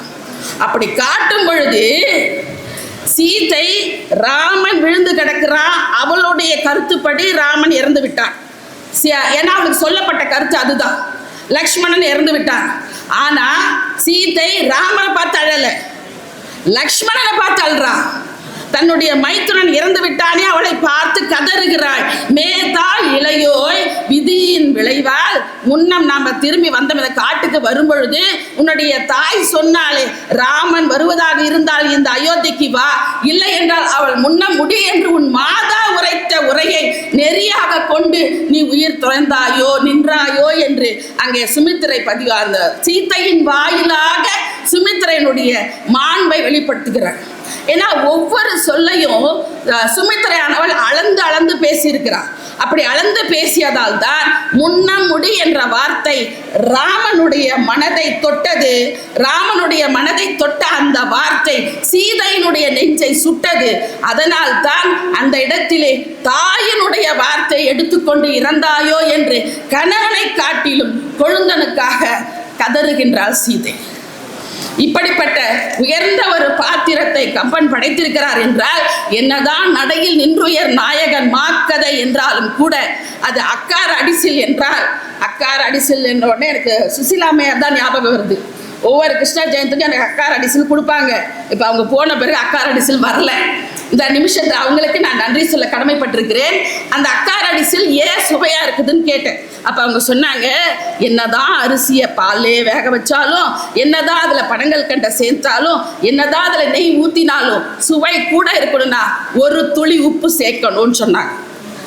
ராமன் கதை அக்கார் அடிசில் என்றால் அந்த பாத்திரத்தை சுவை சேர்க்க வந்த சுமித்ரை ஒரு துளி உப்பை போன்றவள் என்று சொல்லி வாய்ப்பிற்கு நன்றி பாராட்டி விடைபெறுகிறேன். நன்றி, வணக்கம். ராமாயணத்தை கொண்டு அக்கார அடிசில் வரைக்கும், அக்கார அடிசில் நெய் அடிசில் வரைக்கும் வந்து அவர்கள் ஏற்கான ஒரு 10 நிமிடங்களில் சுமித்திரையை குறித்து மிக சிறப்பாக பேசுகிறார். அவங்க சொன்ன மிக முக்கியமான விஷயம், 7 தாண்டி வா என்கிற அந்த வரம் இருக்கிறது. அந்த கட்டுப்பாடு என்பது ராமனுக்கு பொருந்தும். அந்த கட்டுப்பாடு எந்த வகையிலும் இலக்குவனை கட்டுப்படுத்தாது. ஆனால் இலக்குவன் கூட போகிறேன் என்று சொல்கிற போது சுமித்திரை அதை அனுமதிக்கிறான். அனுமதிச்சது மட்டுமில்ல, நீ ராமபிரான இந்த மண்ணும் நகருக்கு திரும்பி வந்தால் வா, வராவிட்டால் சொல்லல, வராவிட்டால் அப்படின்னு சொல்லல, அன்றே. நீங்க அமங்கரமான வார்த்தையை கூட சுமித்திரை பயன்படுத்தல. அவன் வந்தால் வா, அன்றே உண்ண முடி அப்படிங்கிறான். அப்போ அந்த அளவுக்கு ராமபிரான் மீது பக்தி கொண்டவளாக, பாசம் கொண்டவளாக, இந்த தாயரில் இந்த 3 பேரை முதன்மையானவளாக சுமித்திரை இருக்கிறார் என்பதை முனைவர் தெய்வசுமதி அவர்கள் மிகச்சிறப்பாக எடுத்து காட்டியிருக்கிறார்கள். அவர்களுக்கு நம் அனைவர் சார்பிலும் பாராட்டுகளை சொல்லிக் கொள்கிறோம். அடுத்ததாக தாரை, குரக்கு இனத்தை சார்ந்த தாரையை குறித்து முனைவர் தமிழ் திருப்பால் அவர்கள். முடிமுனை மௌலி என தமிழ் சூடிய சூடாமணியாடு, முடிமுனை மௌலி என தமிழ் சூடிய சூடாமணியாடு, முற்றும் அறிந்தவள் அற்றியில் பொட்டோடு சுட்டி பதிந்தாடு, வடிவமை காதனில் குண்டல கேசகி வயங்கொடி கொண்டாட, வார்த்தை எழில்கரம் ஏந்திய ஆடக வலையா பதியாட, துடியடை கையெழில் ஒருபிடி என்று துவண்டு துவண்டாடும், துறவர மேகலை ஒருபுறமாகவும் தூய சிலம்பாடும். அன்னை தமிழே உன் அடிவாழ்த்தி தொடங்குகிறேன். போற்றுதலுக்கும் பாராட்டுதலுக்கும் வணக்கத்திற்கும் உரிய எங்கள் கம்பன் கழகத்தை சார்ந்த அத்துணை சொந்தங்களுக்கும் என் நன்றியின் மலர்களையும் வாழ்த்துக்களையும் தெரிவித்துக் கொண்டு நேராக எனக்கு கொடுக்கப்பட்டிருக்கிற தலைப்பில் கொடுக்கப்பட்டுள்ள நேரத்தில் முடிப்பேன் என்ற உறுதியோடு இந்த நிகழ்ச்சியை தொடங்குகிறேன். பற்பல திருத்தம் செய்தான், பாத்திர பொருத்தம் செய்தான், அற்புத அறுத்தம் செய்தான், அதன் பின் நிறுத்தம் செய்தான். கம்பன் பற்பல திருத்தம் செய்தான், பாத்திர பொருத்தம் செய்தான், அற்புத அறுத்தம் செய்தான், அதன் பின் விருத்தம் செய்தான். அந்த விருத்தத்தில் விஞ்சி நிற்கிற ஒரு அற்புதமான பாத்திரம் தாரை என்கின்ற அற்புதமான பாத்திரம். வடமொழியிலே வான்மீகி எழுதிய தாரையை காட்டிலும் எங்கெல்லாம் தமிழ் பண்பாட்டை, தமிழ் கலாச்சாரத்தை, தமிழினுடைய பெருமையை, தமிழினுடைய சிறப்பை பாட வேண்டும் என்கின்ற ஆவல் சாதாரண சக்கரவர்த்தியை கவி சக்கரவர்த்தி என்கின்ற உச்சாணி நிலையிலே கம்பனை கொண்டு வந்து நிறுத்திய மிக சிறந்த பாத்திரம் தாரை. தாரையை போல ஒரு அற்புதமான பாத்திரத்தை பார்க்க முடியாது. தரையையே ஆண்டவனுக்கு தாரை என்று பெயர். நெறியாளர் அவர்களே, கண்களில் தாரை தாரையாக வந்தாலும் மன உறுதியோடு படைக்கப்பட்டிருக்கிற மிக சிறந்த பாத்திரம் தாரை. தாரையை கம்பன் வான்மீகியிலே இருந்து சொன்னால்தான் கம்பன் செதுக்கிய பாத்திரம், கம்பன் தீட்டிய சித்திரம் எப்படி மிளிர்கிறது என்பதை சொல்ல முடியும். வான்மீகியிலே தாரையை படைக்கிற போது சுக்கிரீவனோடு கூடி மகிழ்ந்தாள், இன்பம் துய்த்தாள், மதுவையும் மாமிசத்தையும் விரும்பி உண்டால் என்று வான்மீகி எழுதுகிறான். அது தமிழ் பண்பாட்டிற்கு உகந்தது அல்ல என்பதை மாற்றி தமிழ் பெண்ணாக மாற்றுகிற ஒரு அற்புதமான பாத்திரம் இந்த உலகத்தில் உண்டு என்றால் அது தாரை என்கின்ற பாத்திரம் தான். அங்க தன்னுடைய சுக்கிரீவனை சுக்கிரீவன் இங்கே எப்படி அவளை வணங்குகிறான், வான்மீகி படைத்த தாரை எப்படி இருக்கிறாள் என்பதை மட்டும் சுருக்கமாக நான் சொல்ல விரும்புகிறேன். வான்மீகி படைத்த தாரையை காட்டிலும் அமிர்திடம் தோன்றிய ஆயிடை தாரை, மலக்குலை மைந்தினி என்றெல்லாம் வாலியால் வர்ணிக்கப்பட்ட அந்த தாரை எப்பவுமே பெண்களுடைய பேச்சை கேட்டால் தான் வாழ்க்கையில முன்னுக்கு வர முடியும். ஒரு கணவன் மனைவி பேச்சை கேட்காவிட்டால் அவன் அழிந்து போவான் என்று சொல்லுகிற அற்புதமான பாத்திரம் தாரை. நான் உங்களுக்கு சொல்லுகிறேன், மனைவி சொல் கேட்டால் நாம் மிகுந்த ஒரு உயர்ந்த நிலையில் இருக்க முடியும். நான் நகைச்சுவையாக சொல்வது உண்டு, மைக் அமைவதும் ஒய்ஃப் அமைவதும் பூர்வ ஜென்ம புண்ணியம். இங்கு மைக் அமைந்திருக்கிறது என்றாலும் எனக்கு ஒய்ஃப் அமைப்பு அமைந்திருக்கிறது என்றாலும் அதற்கு காரணம் அவர்களுடைய பேச்சை கேட்டு நடப்பதுதான்.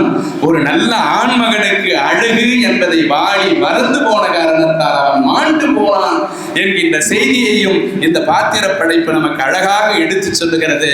வாலி மறைந்த பிறகு, வாலி இறந்த பிறகு அங்கு எப்படி இருந்தால் தாரை என்று சொல்லி பார்க்கிற போது அரசவையிலே அமர்ந்து இன்பம் துய்த்து கொண்டு குரங்குகள் எப்படி புணர்ந்ததோ அப்படி புணர்ந்துகிற வாழ்க்கையை வாழ்ந்து கொண்டிருந்தான் என்று வான்மீகி எழுதியதை கம்பன் அழகாக படம் பிடித்து காட்டுகிறான்.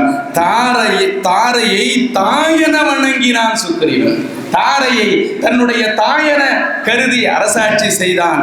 அது மட்டுமல்ல, தாயென தந்த சொற்கள் வீரிய சொல் என செவ்விதின் அரசு செய்தான். ஒரு தாய் நிலையிலே தன்னுடைய அண்ணியை பார்க்கிற அந்த தமிழ் பண்பாட்டை கவி சக்கரவர்த்தி கம்பன் அந்த பாத்திர படைப்பிலே கொண்டு வந்து சேர்க்கிறான். அண்ணனுடைய மனைவி தன்னுடைய அம்மா என்கின்ற அற்புதத்தை எடுத்து சொல்லுகிற ஒரு அழகு மிகுந்த பாத்திரம் இந்த உலகத்தில் உண்டு என்றால் அது தாரை என்கின்ற பாத்திரத்தை தவிர ஒன்றையும் சொல்லிவிட முடியாது. கடைசியா கார்காலத்துல வர்றேன்னு சொல்லிட்டு சுக்கிரீவன் மதுவிலும் மயக்கத்திலும் மயங்கி இருக்கிற போது அவளை கூட காப்பாற்றி இலக்குவனிடத்திலே சீற்ற மிகுந்த இலக்குவன் வருகிற போது அவள் மங்கள அணிகலன்களை எல்லாம் நீக்கி கைமை நோன்பு மேற்கொண்டதாக கம்பன் எழுதுகிறானே. வான்மீகிலே அப்படி இல்லை. கைமை நோன்பு எடுத்துக்கொண்டு ஒருவனுக்கு ஒருத்தி என்கின்ற கொள்கையை அங்கேயும் பறைசாற்ற வேண்டும் என்பதற்காக கம்பன் படைத்திருக்கிற அழகான பாத்திரம்தான் தாரை என்பதை இந்த மன்றம் பதிவு செய்து கொள்வதிலே மகிழ்ச்சி அடைகிறேன். அது மட்டுமல்ல, அவ கோயிலை விட்டு வெளியே போகாத தாரை என்று எழுதுகிறான் கம்பன். கோயிலிலேயே அமர்ந்து தவம் செய்து கொண்டிருக்கிற ஒரு தவ வாழ்க்கையை மேற்கொண்டிருக்கிறாள் தாரை என்று கவி சக்கரவர்த்தி கம்பன் பதிவு செய்கிறான். போர்கோலா போர் அகலா தாரை என்று அவன் சொல்லுகிற அந்த அழகு அங்க அவன் வந்து நிற்கிறான். கைமை நோம்போடு நிற்கிற அவளை பார்க்கிற போது தன் தாயாரை நினைந்து மைந்தார் என்று கவி சக்கரவர்த்தி கம்பன் இலக்குவன் பார்க்கிற போது என்னுடைய தாய் கூட இப்படித்தானே மங்கள அணிகலன்களை எல்லாம் நீக்கி இருப்பாள் என்ற கோபத்தை தணிவிக்கிற மிகப்பெரிய பாத்திர படைப்பாக கவி சக்கரவர்த்தி கம்பன் சொல்லுகிறான். பார்குலா முழுவின் திங்கள் பால் வந்த படிவம் போலும் ஏர்குலா முகத்தினான் என்று கவி சக்கரவர்த்தி கம்பன் படைத்திருக்கிறானே. என்னிடத்தில் பொன் இருந்தால் கம்பனுக்கு 1000 பொற்காசுகளை அந்த ஒரே பாட்டுக்கு தந்திருப்பேன். அப்படி அழகாக கவி சக்கரவர்த்தி மங்கள அணிகள் நீக்கி மணியனை துறந்து என்று அழகாக அந்த பாத்திர படைப்பை படைத்து காட்டியிருக்கிறான் என்றால் தமிழ் பண்பாட்டிற்கும் தமிழ் கலாச்சாரத்திற்கும் தமிழ் இலக்கிய உலகத்திற்கும் ஒரு அழகான பாத்திர படைப்பை தாரையின் மூலமாக படைக்கின்ற காரணத்தால் கற்கோயில்கள் காலப்போக்கில் அழிந்து போகலாம். கம்பன் கட்டிய சொற்கோயில் காலத்தையும் கடந்து நிற்கும். காலமெனும் மாழியிலும் காற்று மழை ஊழியிலும் சாகாத கம்பன் அவன் பாட்டு. இது தலைமுறைக்கு எழுதி வைத்த சீட்டு. 10,000 கவிதைகளை முத்தாக அள்ளி வைத்த சத்தான கம்பனுக்கு ஈடு இந்த வித்தாக உள்ளே என்று பாடி என்று சொல்லி இந்த 47ஆம் ஆண்டு கம்பன் விழாவை பேசுவதற்கு வாய்ப்பளித்த எங்கள் தலைவர், செயலர் மற்றும் அத்துணை பேருக்கும் என் மனப்பந்தலில் பூத்த மல்லிகை மலரை காணிக்கையாக்கி இந்த கம்பன் கழகம் நூற்றாண்டையும் கடக்கும். நூற்றாண்டு விழாவிலும் அடியேன் வந்து உரையாற்றுவேன் என்கின்ற ஒரு மகிழ்ச்சியோடு உங்களிடமிருந்து விடைபெறுகிறேன். வாழிய செந்தமிழ், வாழ்க நற்றமிழர், வாழிய பாரத மணி திருநாடு, வந்தே மாதரம். நன்றி, வணக்கம். என்னை வளர்த்த தாய்க்கழகமாக இருக்கிற திருப்பத்தூர் கம்பன் கழகத்திற்கு என் மனப்பந்தலை பூத்த மல்லிகை மலரை காணிக்கையாக்கி விடைபெறுகிறேன். நன்றி, வணக்கம். குறித்த நேரத்தை முடித்து விட்டேன். நன்றி. மிகச்சரியாக குறித்த நேரத்தில் தமிழ் பெருமாள் தன்னுடைய உரையை நிறைவு செய்திருக்கிறார். அவர் தாரையை குறித்த தன்னுடைய உரையில மிக முக்கியமான ஒரு இடத்தை சுட்டிக்காட்டினார். சுக்ரீவன் ராமனுடைய துணையை பெற்றுவிட்டான். இப்படி முன்னால போய் வாலியை போருக்கு அழை, சண்டைக்கு அழை, நான் வந்து அவன் மீது அம்பைகிறேன் என்று ராமன் பின்னால் நிற்கிறான். சுக்ரீவன் தன்னுடைய அண்ணனை அறைகூவல் விடுத்து வா, சண்டைக்கு வா, என்னோடு பொருள வா என்று அழைக்கிற போது வாலியுடைய மனைவி தாரை தான் கேள்விப்பட்ட ஒரு செய்தியை சொல்றார். ஏற்கனவே தோற்று ஓடிய, உன்னை கண்டாலே பயந்து போன உன்னுடைய தம்பி சுக்ரீவன் இப்போ சண்டைக்கு வான்னு சொல்றானே எப்படி? ஏன்னா உன்னை கொல்லுவதற்காக ராமன் என்ற ஒருவனை கூட்டி சேர்த்து கொண்டு வந்திருக்கிறான் என்று அன்பர்கள் என்னிடம் தெரிவித்தார்கள். இப்படி தாரை சொன்னதோ வாலி அவரை ஏசுகிறார். நீ பயந்து சாகிறாய், இது உண்மையாக இருக்க முடியாது என்று சொல்லுகிற இடத்துலதான் அவர் சொல்றான், பிழைத்தனை பாவி, நீ பிழை செய்கிறாய், பிழைத்தனை பாவி உன் பெண்மையால், நீ பெண் என்கிற காரணத்தினால நீ பிழை செய்கிறாய். பெண் புத்தி பின் புத்தி அப்படின்னு சொல்லுவாங்கல்ல, அப்ப உண்மையிலே பெண் புத்திங்கிறது பின் புத்தின்னு இந்த இழிவான பொருள் உண்மையிலே அது அது பெண்களுக்கு இழிவை சேர்ப்பதற்காக சொன்னாலும் கூட அந்த பொருள் அதில் பின்னால் என்ன வரும் என்பதை முன்னாலேயே அறிகிற திறன் மிக்கவர்கள் பெண்கள் என்பதனால் ஒரு ஆண்களுக்கு தோணவே தோணாது, அதை தோணவே தோணாது. ஆனா பெண்ணுக்கு பின்னால என்ன நடக்க போகுது நேரம் மட்டும் இல்ல, நீங்க பாத்தீங்கன்னா பெண்கள் தனக்கு முன்னால் நடப்பது மட்டும் இல்ல, தனக்கு பின்னால் என்ன நடக்கிறது என்பதையும் அறிந்து கொள்ளக்கூடியது. காலையில் 2 பெண்கள் பேசிட்டு போறாங்க, ஒரு பொண்ணு சொல்றா தோழியோட இடுப்புல ஒரு இடி இடிச்சு பின்னால நிக்க நல்லா நீ ப்ளூ ஷர்ட், அவன் 2-3 நாள் என் பின்னாலே வர்றான் அப்படின்னா அவன் திரும்பி பார்க்காமலே அந்த விஷயத்தை புரிஞ்சுக்குவா. பெண்கள் திரும்பி பார்க்க மாட்டாங்க. இதே ஒரு ஆண்கள் சொல்லி பாருங்க, இது நிக்கிறாரு ஒரு பொண்ணு அப்படின்னு எங்க திரும்புவோம்.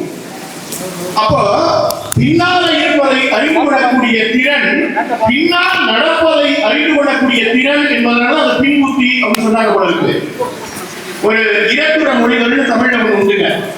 ஒரே மாதிரி இருக்கக்கூடிய 2ஐ ஒற்றுமைப்படுத்தி ஒரு பாடல் சொல்லுவாங்க. எண்ணெயையும் பாம்பையும் சேர்த்து ஒரு பாடல் இருக்கு. ஆடி குளத்தடையும் ஆடும் போது இறையும் மூடி திறக்கி முகங்காட்டும் ஓடி மண்டை பற்றி பரவரையினும் பாரி பின்னாக்கும் பாம்பும் எண்ணெயும் எள்ளும் ஒன்றடவே ஓது. மூடி திறக்கி முகங்காட்டுமா? அப்படி எண்ணெயை திறந்தா முகம் தெரியும். நீங்க பாம்புடைய அந்த மூடியை திறந்தா கூடைய திறந்தா அந்த முகத்தை காட்டும். ஆடி குடத்தை அடையும், ஆடும் போதே இறையும், மூடி திறக்கி முகம் காட்டும். போட்டுச்சுன்னா ஓடி மண்ணை பற்றி பரவரையும். இது பாம்புக்கு பொருந்துதா? இப்போ எள்ளுக்கு வாங்க, எண்ணெய்க்கு வாங்க. ஆடி செக்குல ஆடி குடத்தை அடையும், ஆடும் போதே இறையும், செக்குல சத்தம் வரும். தலையில கொஞ்சம் ஒரு அள்ளி ஒரே வச்சு பாருங்க, ஓடி மண்ணை பற்றி பரவரையும். பாரி பின்னாக்குன்னு ஒண்ணு உண்டு. நாக்குக்கு பிளவுபட்ட நாக்கு, பாம்புக்கு பிளவுபட்ட நாக்கு. இங்க புண்ணாக்கு எள்ள ஆட்டினா புண்ணாக்கா வரும், பின்னாக்கு உண்டு. இது ஏற்றவை மொழியில ஒரு பெண்ணுக்கு ஒருத்தர் சொன்னா பெண்ணும் குண்டூசியும் ஒன்று. குண்டூசி இருக்குல்லங்க, குண்டூசியும் பெண்ணும் ஒன்று. ஏற்ற மொழிலாம் என்னது? வாங்கிய புரிதி பயவழக்காக இருக்கிறது, இணைக்கிறது, சிதறாமல் பாதுகாக்கிறது, மனைவியை போல.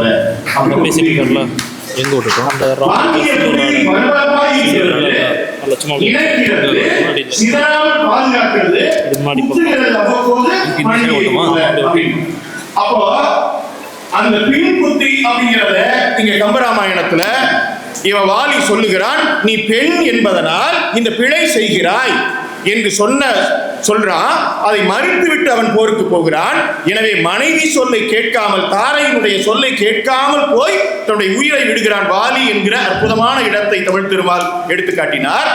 அதை போல அவன் லக்குவன் கோபத்தோடு வரும்போது அவனுடைய கோபத்தை மடைமாற்றுவதற்காக குரக்கிணத்தை சேர்ந்தவர்கள் தாரையை முன்னால கொண்டு போய் நிறுத்துறாங்க. அவன் வந்து அந்த பெண்கள் கூட்டத்தோடு, அதை மட்டும் நான் சொல்லி முடிக்கிறேன், பெண்கள் கூட்டத்தோடு வந்து நிற்கும் போது தாரை நிற்கிறா, ஏனைய விலங்கினத்தை சேர்ந்த பெண்கள் நிற்கிறாங்க. கோபத்தோடு வரக்கூடிய லக்குவன் வருகிறான்.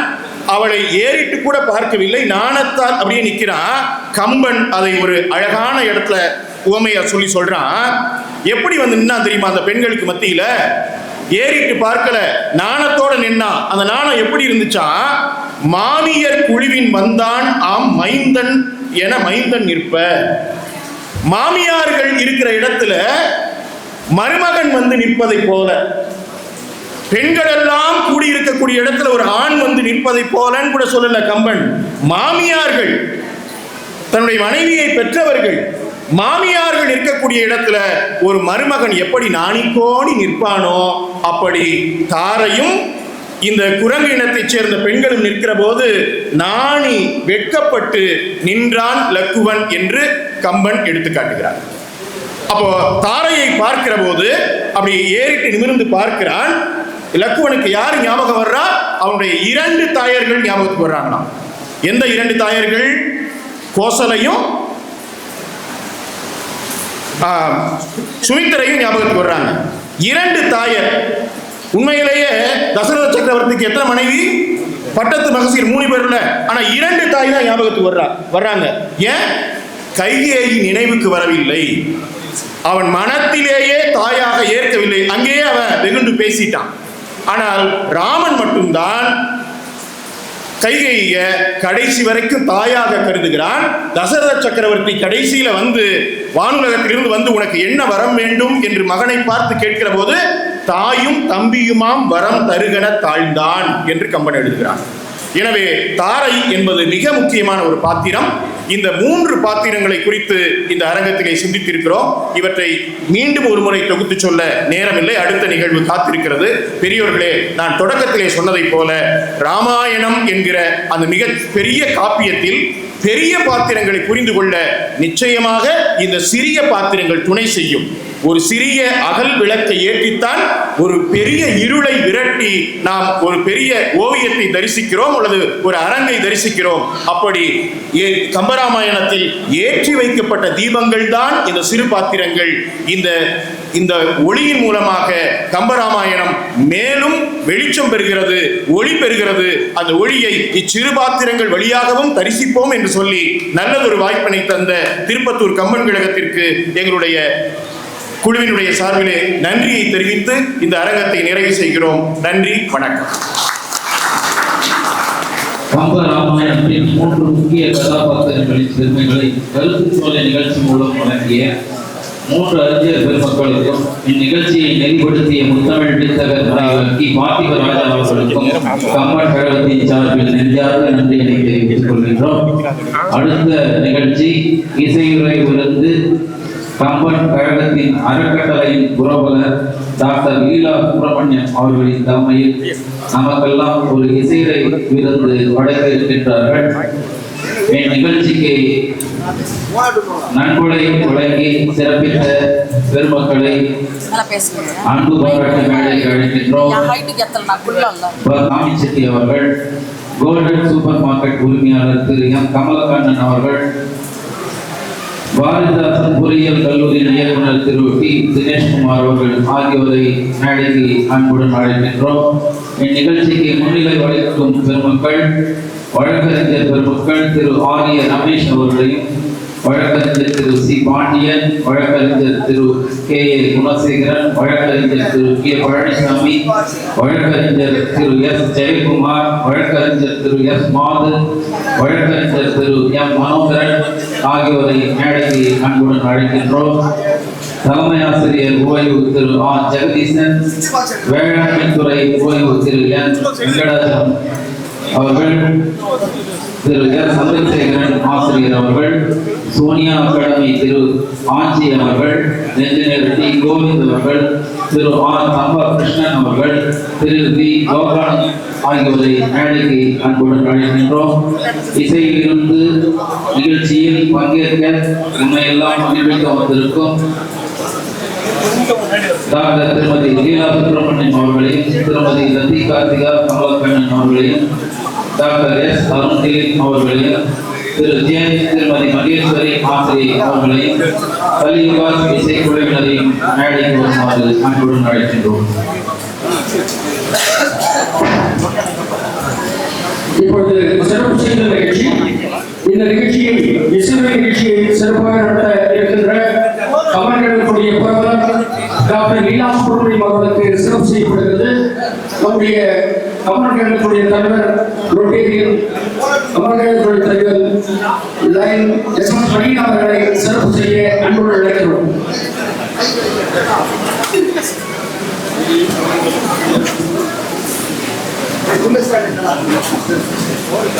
கம்மன் கழக புரவலர் டாக்டர்